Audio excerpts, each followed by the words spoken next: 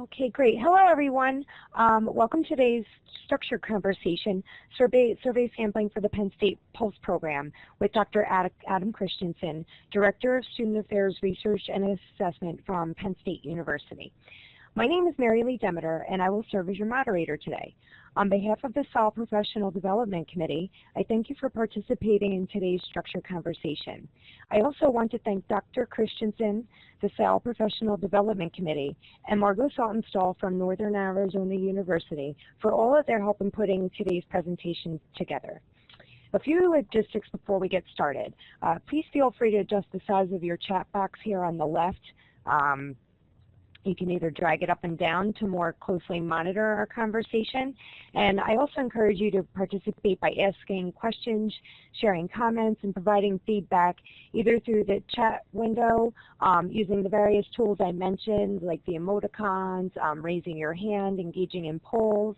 And again, just raise your hand if you have a microphone and would like to speak, and I can unmute you. So let's get started with today's conversation. The Penn State Pulse program has been collecting student feedback for nearly 2 decades in order to inform the practices and programming of student affairs professionals and others across the university. Today's conversation will discuss the various sampling techniques used by the Penn State Student Affairs Research and Assessment to identify samples and understand representativeness. Although procedures discussed in this session will be most directly applicable to large institutions, institutions of all sizes can benefit from the principles discussed during this structured conversation. So without further ado, I'd like to introduce our presenter today.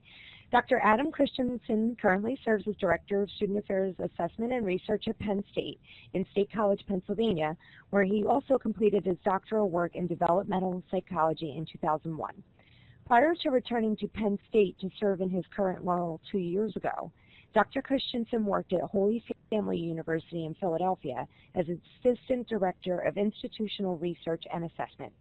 In addition to his duties as Director of SARA, Dr. Christensen teaches introductory statistics for psychology majors for the Penn State World Campus, and most recently served as instructor of Foundations of Institutional Research, a course required for a successful completion of the Institutional Research Certificate Program at Penn State. So now we invite you to sit back, relax, and join the conversation as Dr. Christensen helps us understand how he and his colleagues engage in sampling to collect and report on data from Penn State Pulse. Welcome, Dr. Christensen. Thanks, Mary Lee. Hi, everybody. Thanks for joining us today. I'm going to talk a little bit about our experiences here at Penn State with sampling. We'll hopefully get some of your feedback and hopefully have a productive conversation here and answer some questions, have some discussion about issues we're facing, and hopefully we'll all learn a little bit of something. So the learning outcomes that we have for today are to understand the benefits of random sampling, why we do it, what's the purpose, advantages of random sampling over some other methods of sampling, procedures for pulling the proper sample, and lastly, ways that we can help ensure representativeness of our sample so that we're sure that the data that we're collecting is actually useful for the population that we're interested in. So the first thing that I wanted to do was just quickly show those of you not familiar with the Penn State Pulse surveys, this is the Student Affairs Research and Assessment, or SARA, website at Penn State. And the Pulse program, if you click here, takes you, and I'll publish this to the chat window. Oh, Mary Lee was one step ahead of me there. Thanks, Mary Lee. No problem.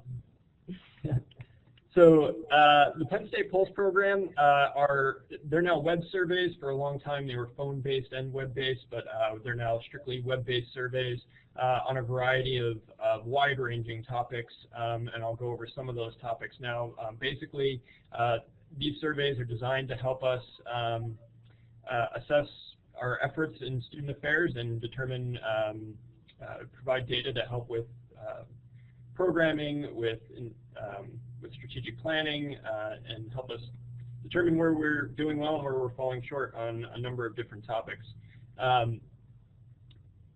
There's a number of ways to look at the reports. we're a little bit behind. We do have 1 or 2 more to post here soon. But you can look chronologically at our reports, and you can start to see some of the topics that we look at. We do studies on first-year students, new students. For us, we are an institution with 19 Commonwealth campuses, and so we get a lot of students that come from those campuses to University Park, so we have a change of campus. We do a cyclical student drinking survey that many people, including those outside of student affairs, are interested in. We've looked at things like sustainability, civic engagement. We have an LGBT survey that's going to be posting soon. So just a wide range of topics. Some of them are focused on specific units, missions of specific units, such as the LGBT survey. Others are more wide-reaching, like the student drinking survey that can be either division or even university-wide. And then we also have some surveys that we do, such as the student experience survey, where we distribute that to all of our campus locations. So those are much bigger projects, and I'll talk a little bit about the sampling issues that we have there. So if you're ever interested in any of these, if you're on this reports page, you can scroll down to the bottom, and there's this little box widget where you can click on the survey report that you'd like to look at. We're always happy to answer questions, provide the actual survey instruments if you're interested. So if you're ever perusing our website and see something that interests you, feel free to reach out and let us know if you would like more information or would like to look at the survey itself. So that's just a little bit about the Penn State Pulse program and some of the surveying that we do out of the Sarah office here. Again, those aren't the only surveys that we do, but that's sort of that is the bulk of the surveying that we do as part of that Pulse program. So I just wanted to get a feel a little bit for folks in the room and what size institution people are coming from. As I said in the description of the presentation, what we'll be talking about sampling is really a lot of it is geared towards large institutions. Coming from a large institution, that's the kind of sampling we do is fit for a university, where at University Park we have about 40,000 undergraduates.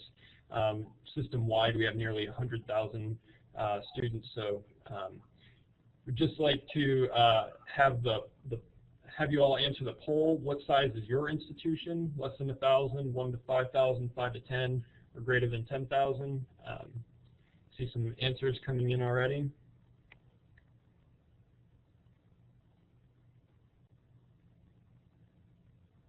As we wait for awkward silence. Awkward silence. So it looks like the majority so far are from greater than 10,000 or at least 5,000. So we scared off all the small schools of the presentation. Okay, I'll go ahead and I'll publish the poll to the whiteboard in 5, 4, 3, 2, 1. All right, so just about everybody except for one is from greater than 10,000, and we have one from 5 to 10,000. So that's good. Anybody who didn't respond, again, if you're from a smaller institution, some of the things that we'll be talking about are definitely relevant to you, especially when we're talking about how to look at representativeness of your sample. But those of you that come from bigger schools, this will be especially relevant to you. So why are we sampling? So what is the purpose behind sampling? Why aren't we just sending things out to everybody, or why aren't we just providing open links via social media, for example? Why don't we just put a link out on a Facebook or a Twitter page and have people click on and respond to surveys that way? The first reason is really if it's logistically simpler with large populations to just look at a smaller sample than looking at the entire population, trying to get a link out to everybody.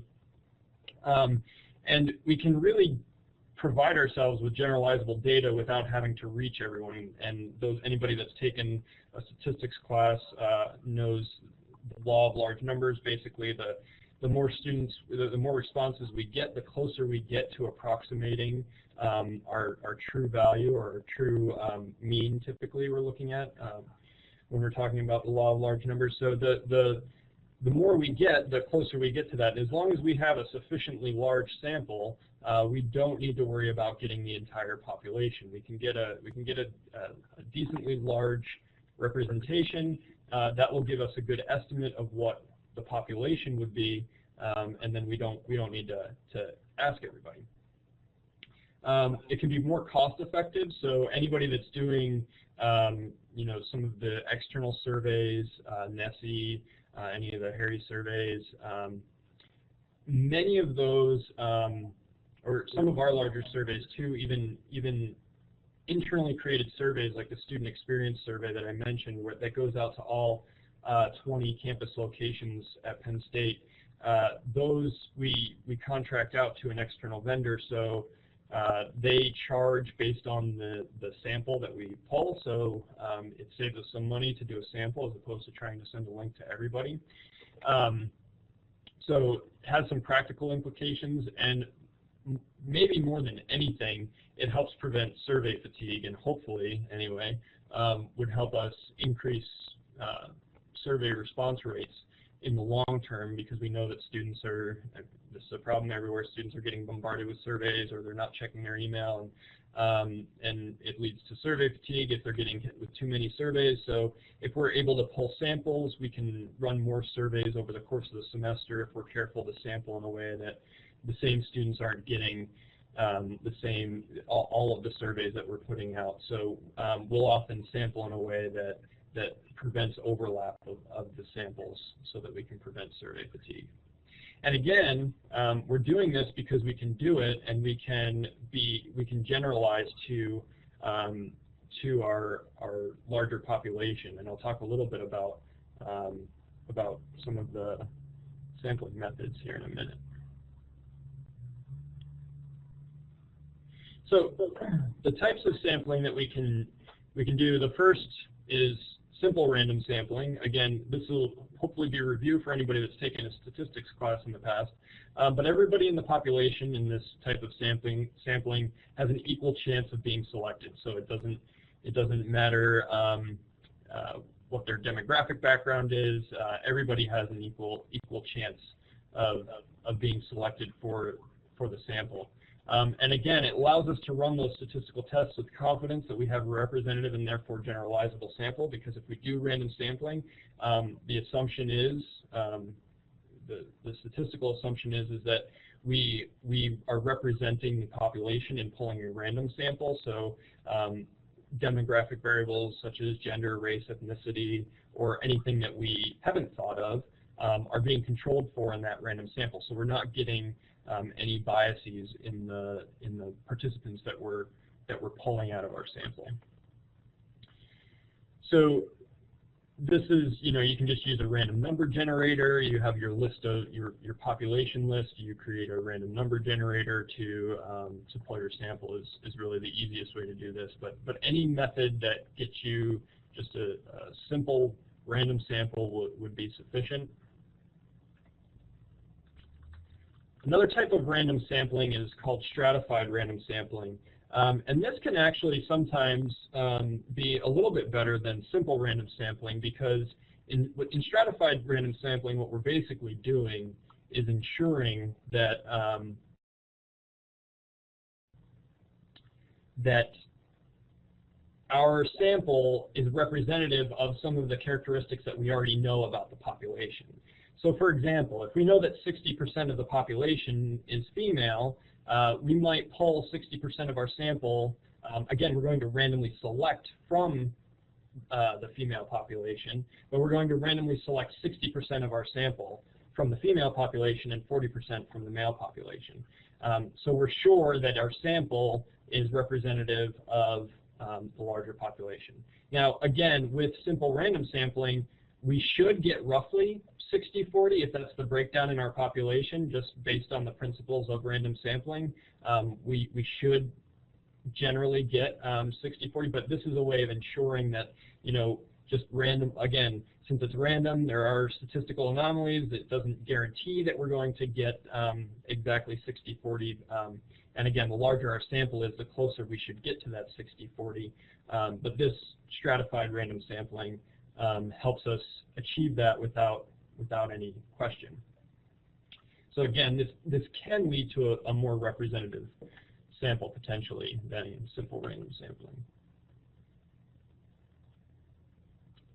Another type of sampling is cluster sampling. I'm not sure, this may or may not be something that folks in the room would potentially use, but it's basically selecting some grouping. So relevant for us might be campus. Since we have those 19 Commonwealth campuses, we might randomly select a subset of those campuses that we would then randomly select from. So if we wanted to get some feedback from our campuses and not sample all of the campuses, we might pull 5 or 10 of the campuses and then randomly select within that campus our random sample of individuals. So this can make large-scale projects more manageable. You'll see this a lot in research that involves multiple institutions. So it's used a lot also in a lot of grade school research, where you will look at a district or something like that, randomly select schools within that district, and then pull your random sample from within those schools. But you could also think of this as school within a university, so an academic college within a university. So if you have 20 academic colleges, but you don't want to survey all of them, there might be situations where cluster sampling would be important. The important thing about this, though, is that it's still random. So we're still randomly selecting both from that larger category, that grouping, and then we're randomly selecting within each one of those. And again, that's really important if we want our results to be generalizable, if we want them to fit the assumptions that are used in many of the statistics that we would use to analyze the data. We want to make sure that we're using random sampling whenever it's possible. And I'm not sure if you noticed, Adam, but I used to use random.org a lot to get my random numbers, so I actually shared the link with folks. Yeah, that's great. Yeah, there are lots of random number generators on the web. What we do in our office is we basically, once we pull the population, we use Excel and just generate a random list of numbers, and then select order it by that random number generator, and then you select the first 1,000, 5,000, whatever it is, to be your sample. So, but yeah, they're random.org. I'm sure if you just did a Google search for random number generator, you can probably find all kinds of stuff. So, thanks, Marilee. Feel free to jump in with questions or comments within the chat box here as we move along. I'm not opposed to being interrupted. So other types of sampling, so quota sampling and oversampling. So that might be where we're making sure that a group is representative, even if they might be missed by a random sample, or even if they won't be missed entirely, they would not make up a large enough portion of your sample to really do anything with, because we want to make sure that we're not basing any decisions on 1 or 2 students that got a survey or that responded to a survey from a particular group. For example, we have some initiatives looking at the experiences of veteran students on campus, and in a recent survey that we did, we wanted to make sure that their voice was heard. If we did just a random sample, we probably would have gotten fewer than 10 responses. We would have pulled more than that for the sample, but once you look at response rate, we probably would have had fewer than 10 responses from veteran students. So we oversampled. We pulled some more students that we knew were veterans. Again, randomly. We knew a list of veteran students, and we randomly pulled some extra students from that sample to make sure that their voice would be represented in the data that we got. So Cole has a really awesome question, because I'm wondering the same thing. So how do you manage how many times students have been tapped for surveys? Like, do you use a program? What methods, procedure do you use for that? That's a really good question, and we don't have a program or anything like that. So I see that as a two-part question. So we make sure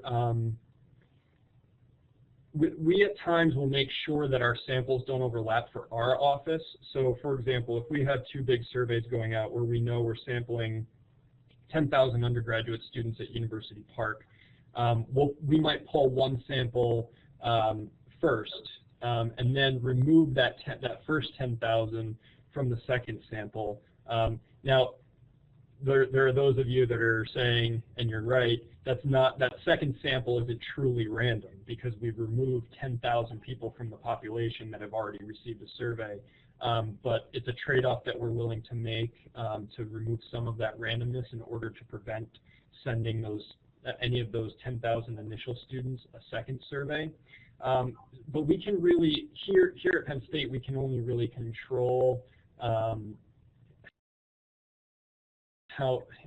who gets surveys from our office. There's nothing institution-wide keeping track of how many times students get pinged for various professors' research, other offices that are sending out surveys, or any other type of survey that a student might get external to the university. So we do the best that we can inside our own office, but we don't really have anything institution-wide where we can make sure that students aren't getting pinged too many times. So, yeah, essentially we keep identifiers with most of our surveys, and we certainly identify students when we're pulling the students. And we have something from Cole. Our survey director here on campus uses a SAS database to manage all the samples IR draws, as well as major survey samples that other offices and people draw. She also draws multiple random samples, i.e. 5,000 students times 5 at the beginning of the semester to use in later surveys. Yeah, that last piece is essentially what we do. We might not pull it at the beginning of the semester, but we'll be able to pull that list from earlier. So that's fantastic to hear that some people actually have. I really wish we had something like that at our institution. Penn State is very decentralized, so it's a lot of people doing their own thing and no real central communication of that kind of thing. So I might be interested in talking with Jason about how they pull that off and how we might be able to do something like that here. Yeah, so Jason, if I'm not mistaken, you're at North Carolina State.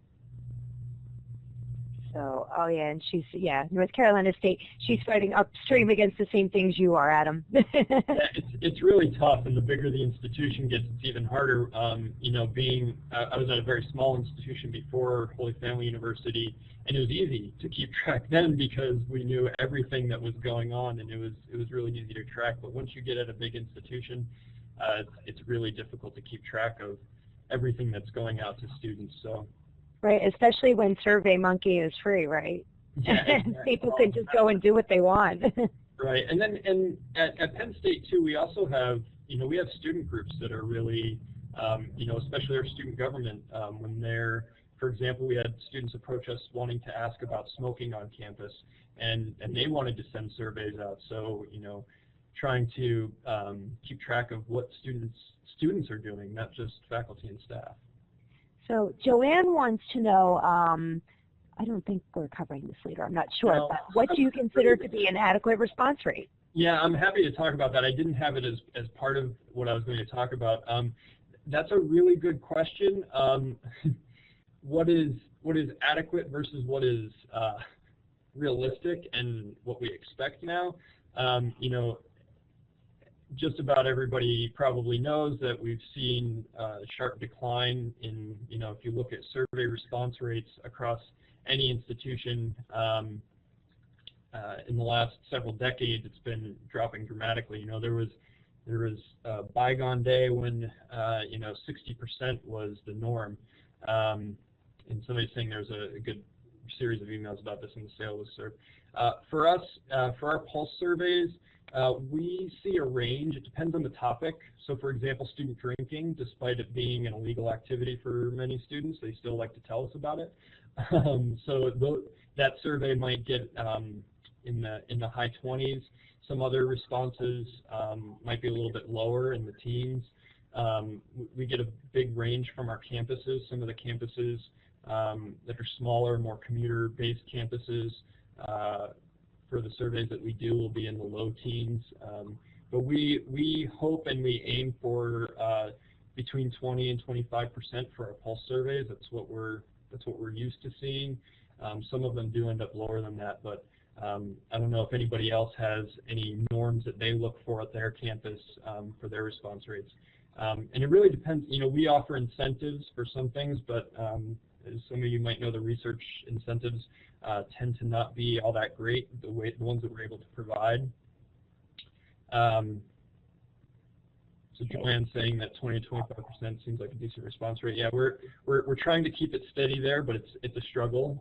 It's a struggle to make sure students are checking their email. It's a struggle to make sure that they feel like their responses are actually going to be used. So Cole has his hand up. Marilee, do we want to give Cole a second here to? Oh, your mic should be on, so you have the floor. And if you can't hear yourself, hit this talk button at the top, just above the participants list.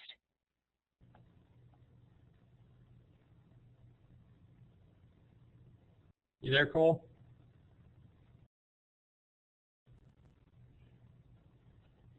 Well, maybe Cole changed his mind. So anyway, that's just from our experience. What we've found for response rates.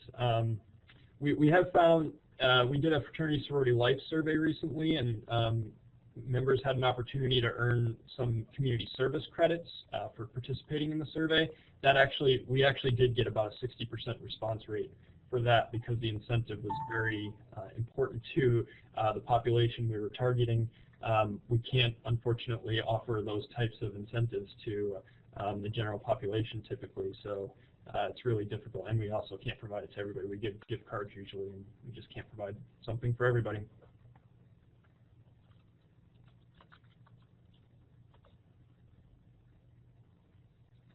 Yeah, I do not want to butcher the pronunciation of your name, but McCool. Could you also use sampling to minimize the effect of survey fatigue by selecting different subjects for different surveys? And that's precisely what we do. We try to do that as much as possible. So moving on to some more types of sampling. So snowball sampling is another type of, this is a non-random sample, but trying to get responses from a particular group, basically through word of mouth or other means. So, for example, we have an LGBTQ survey that we did recently, as I mentioned. That report isn't quite up on our website yet, but it will be soon. But we knew that we would not get a very big sample of LGBT members from just our random sample, just because it is a relatively small population on campus. And we would get some students through that process, but not as many as we would like to have their voices heard.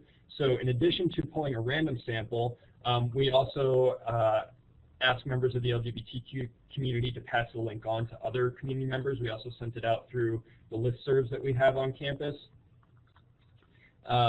So this is a way of trying to, it's a little bit like oversampling or quota sampling, but it's not random because we don't have identifiers for this particular population within our data warehouse, so we can't necessarily pull an oversample for them. So instead we do this word of mouth.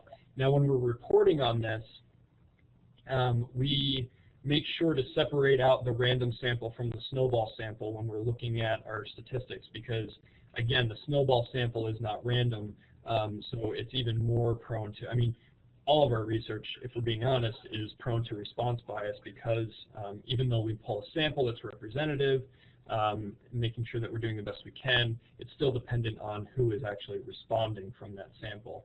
But this is even more prone to response bias just because it's, it's people that are going to be more engaged in the LGBT community because they're getting the listserv emails.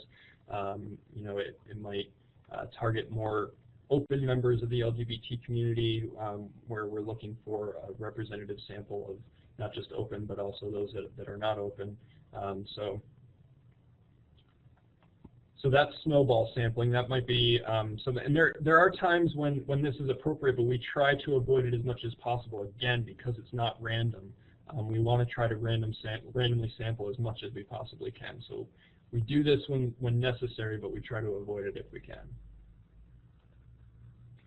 And then convenience sampling is just basically snagging whoever comes along and is easiest to grab. So for example, setting up a table at the student union and trying to snag whoever walks by.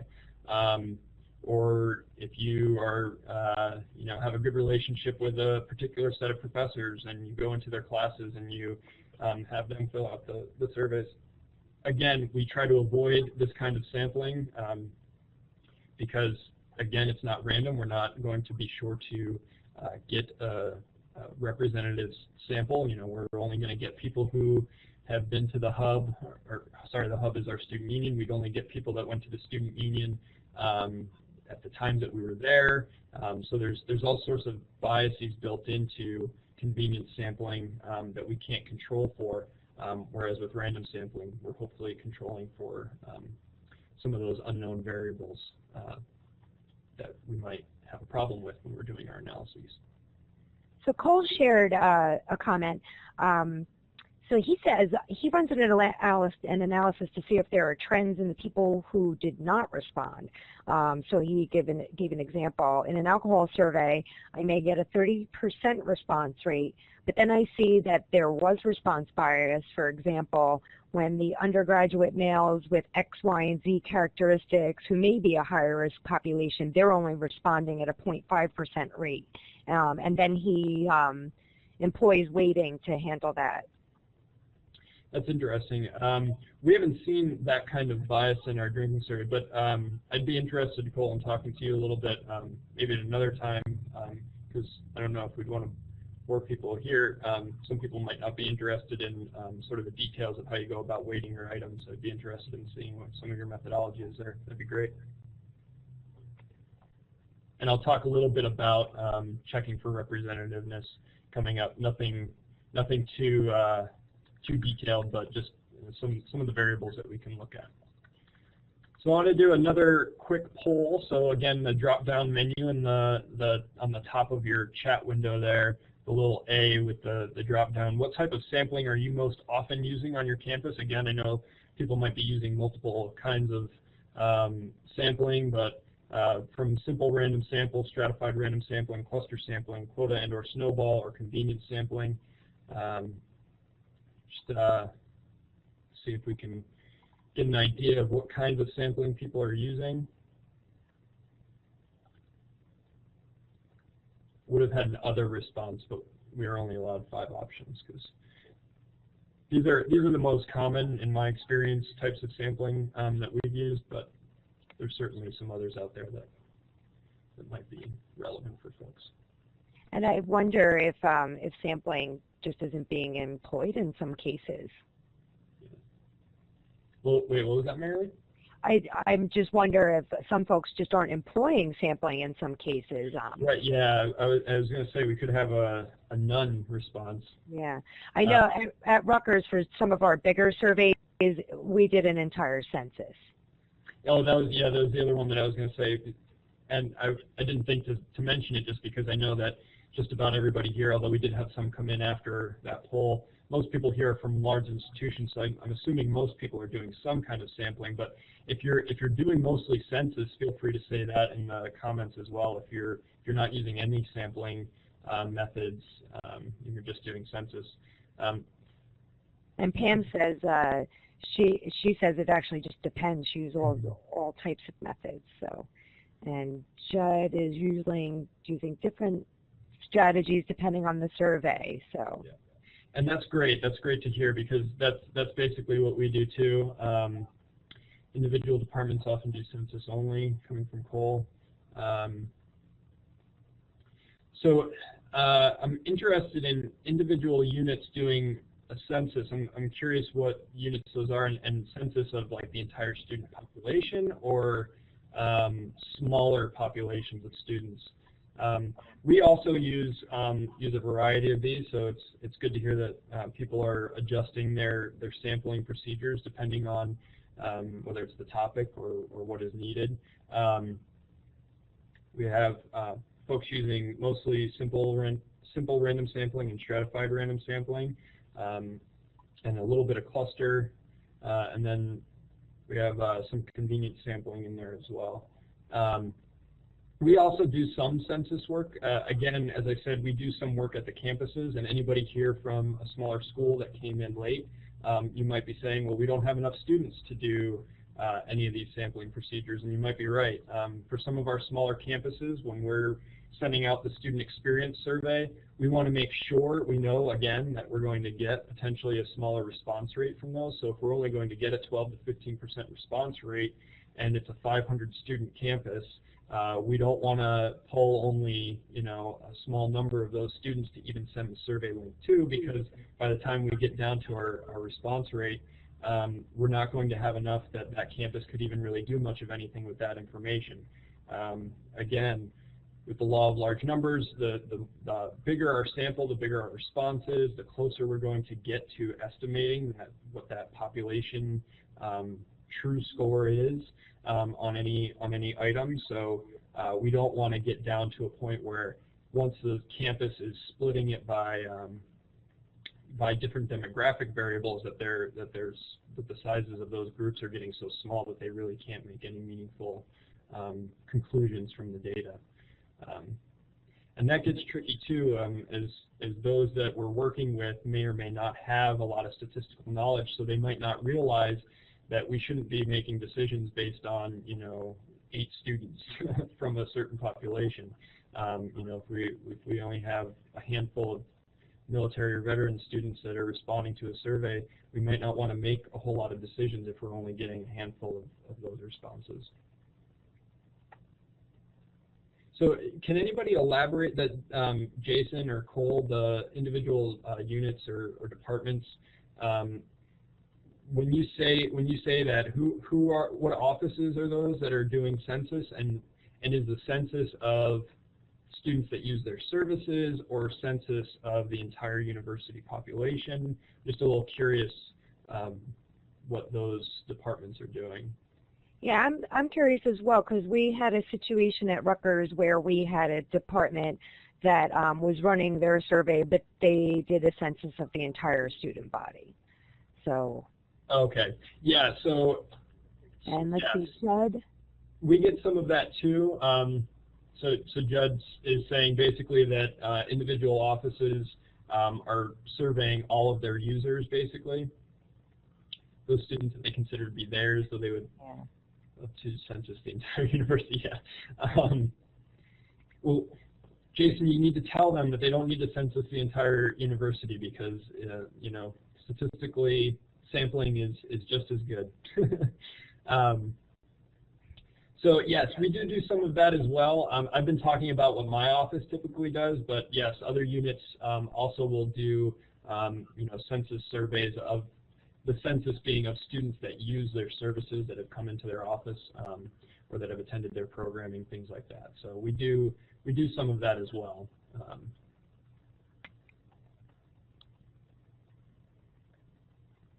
Nicole says many will send surveys to all students who are users, and some will too. But that means the entire student population. Yeah, especially for dining or housing. Yeah, that's going to be a big chunk of it. Oh, and they're not supposed to. Yeah, we run into Yeah, and this is another conversation for another time, but policies regarding surveying and things like that, I'm always interested in hearing what other institutions do and what their procedures are for getting approved to actually do some survey work and actually contact students with these kinds of things. So, but we can save that for another structured conversation or email chain. Are you volunteering for another conversation? No, I'm not. I would love to hear what other folks found out. I need to watch myself here.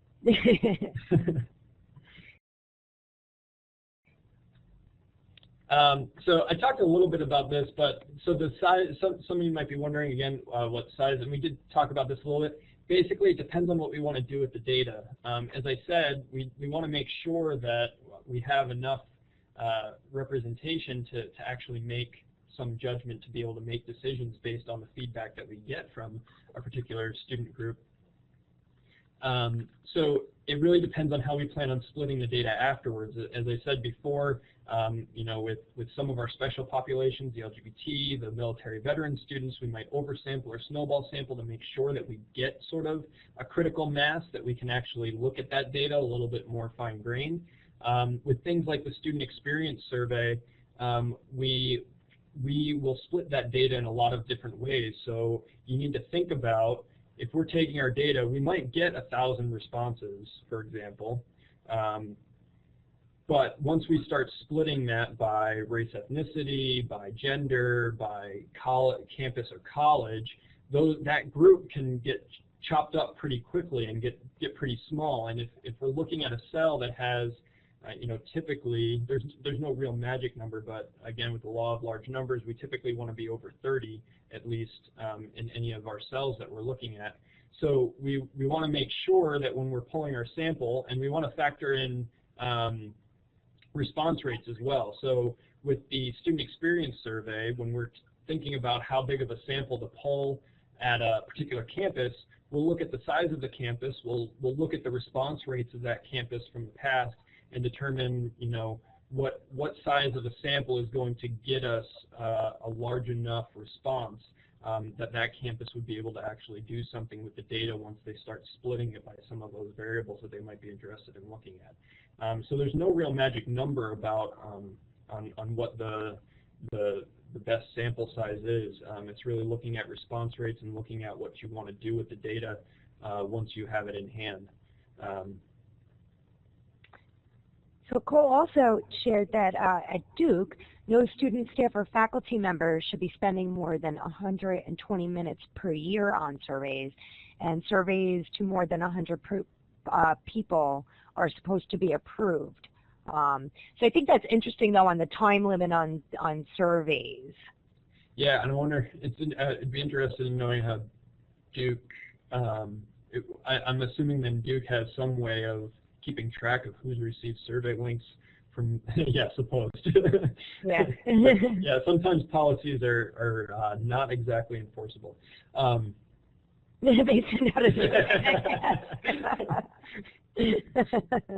How many hours of surveys have you been spending this year? That's funny. Yeah, so yeah, that's very funny. So we really try to be thoughtful about the size of samples that we're pulling. And again, we want to be mindful of survey fatigue. That, you know, if we're pulling a big sample, we want to be sure that there's a good reason behind pulling that large sample, because it's going to hit more students than pulling a smaller sample. If we can get a smaller sample and get the data that we need, we'll go with a smaller sample.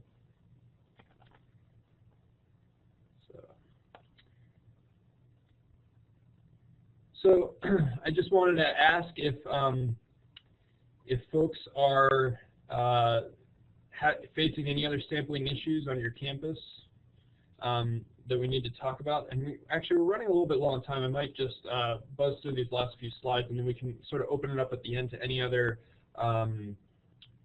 questions, any other concerns, any other thoughts that people have or experiences that they want to share.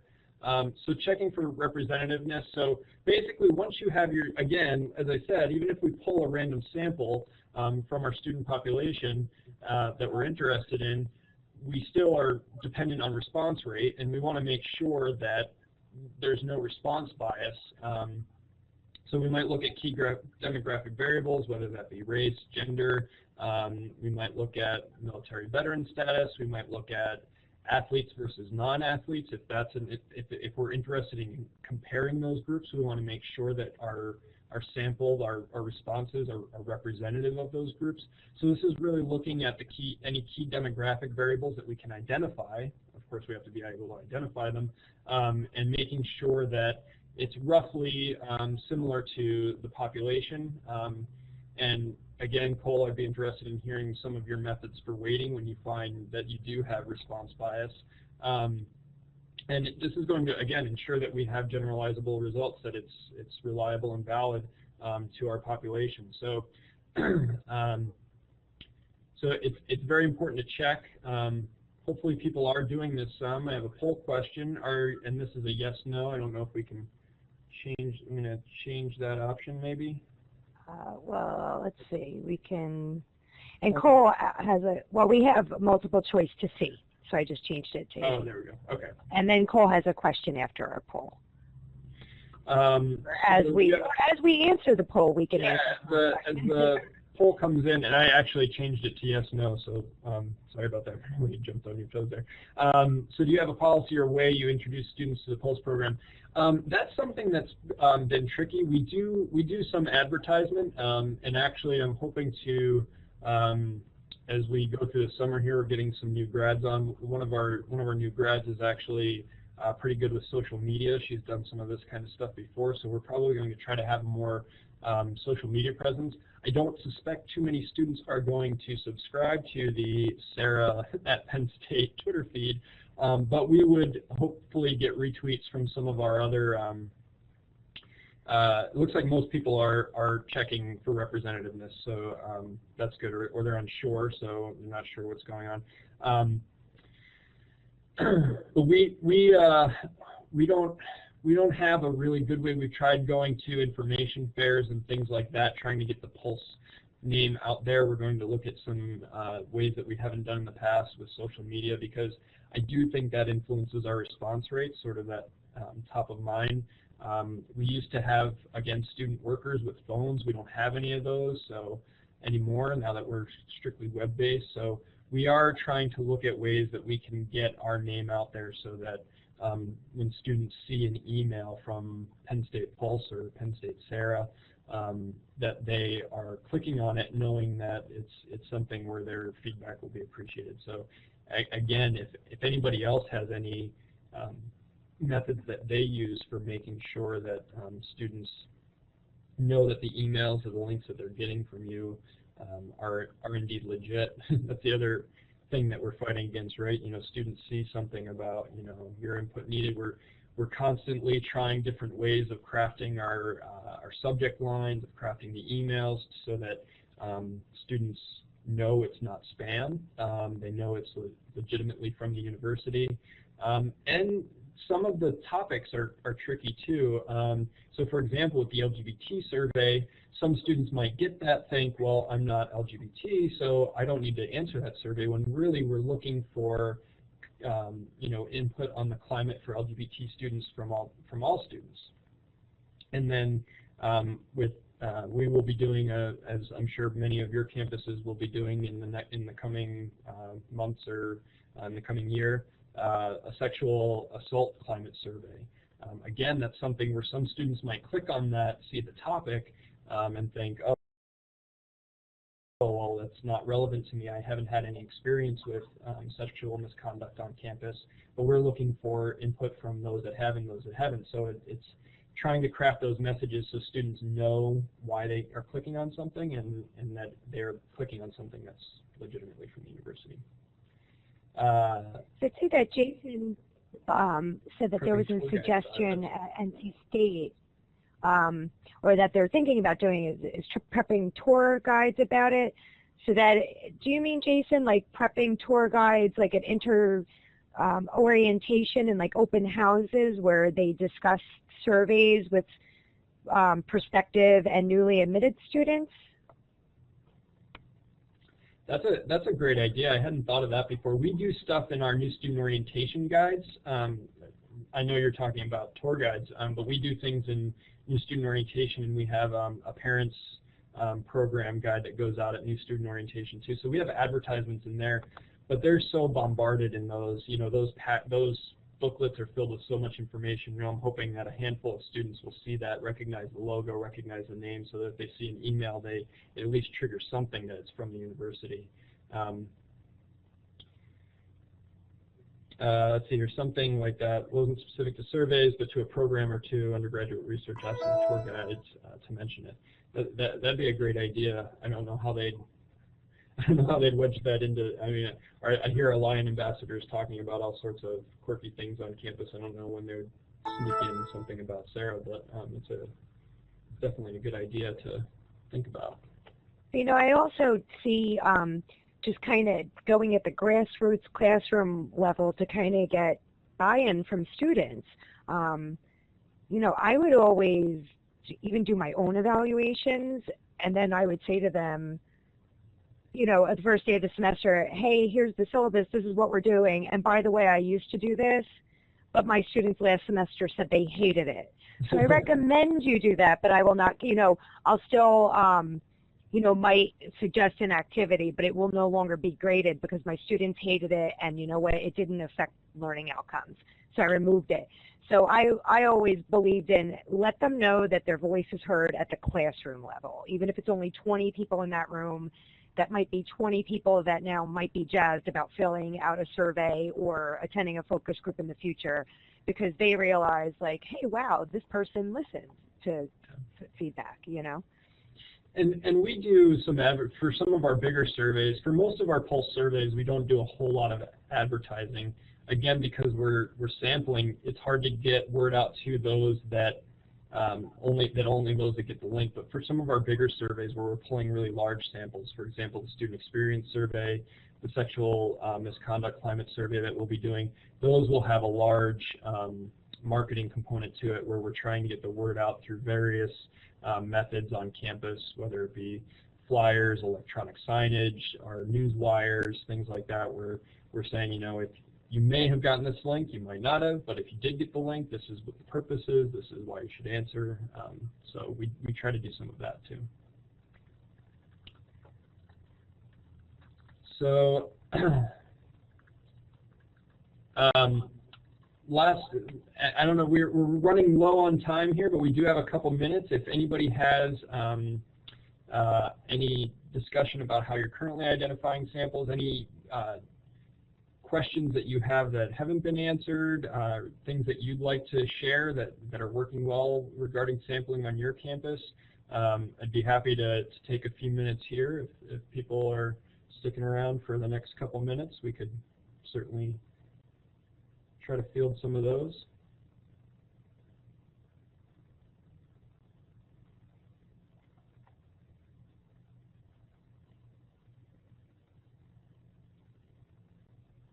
Folks a minute if they want to type something in, and remember, you can always raise your hand if you want to use your mic.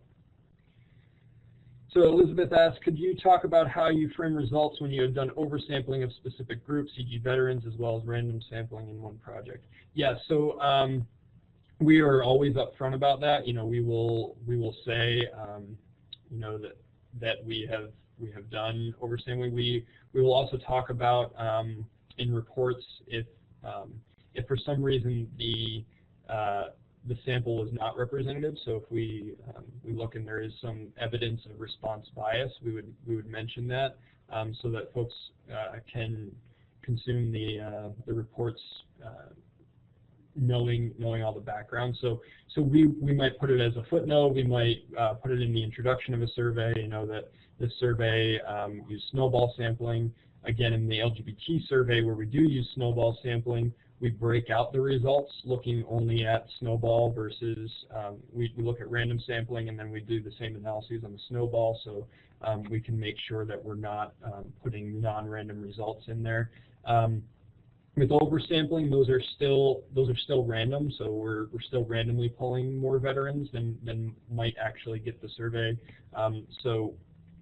We might not break out the analyses separately, but we would always definitely be honest about where the data is coming from, so that folks know, if they see that we have 50 responses from military and veteran, that they don't assume that that whatever percentage that worked out to be is representative of what it would look like in the population, because it might be a higher percentage than would occur in the population.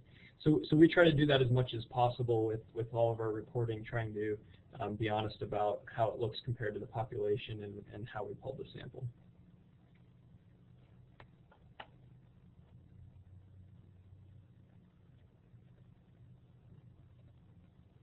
So we're at 2:01 p.m. Are there any other questions or comments? I could really be on here all day with Adam hearing about sampling, but I know we all probably have meetings to go to. But so any I just want to thank everybody. Feel free to contact me, aec187@psu.edu. Feel free to explore the SARA website and let me know if you have any questions. And Cole, I'm going to try to get your contact information and touch base with you on some of those waiting procedures that you have. But feel free to contact me if you have any questions about our programs, any questions about sampling. I'm happy to talk with people outside of this context as well. And Adam, and folks can sign up to receive the Penn State Pulse by email, correct? Yes, on the Pulse website, you'll see that you can sign up for the listserv. We send out the executive summaries to that listserv for all the reports that we do. You won't get anything too frequently. It's not going to bombard your inbox 2-3 times a semester. You might get a report sent to you via that listserv. So if you're interested in that, feel free to sign up as well. Okay, and Cole did provide her Thanks, email here. So again, if there are any final questions, comments before we sign off today? All right, thanks everybody. Okay, thank you, Adam, so much for working with us today and sharing your knowledge and wisdom with survey sampling and your secrets of the Penn State Pulse. And I thank all of you who joined us today for the conversation. The Professional Development Committee is working to bring you additional structured conversations. We're planning to bring you one later this summer. Take a little break as we finish commencement and things wind down as we move into June. And then we're planning some structured conversations for the fall. So keep an eye out on the SAL list for those announcements. And thanks again for joining us, and have a great day.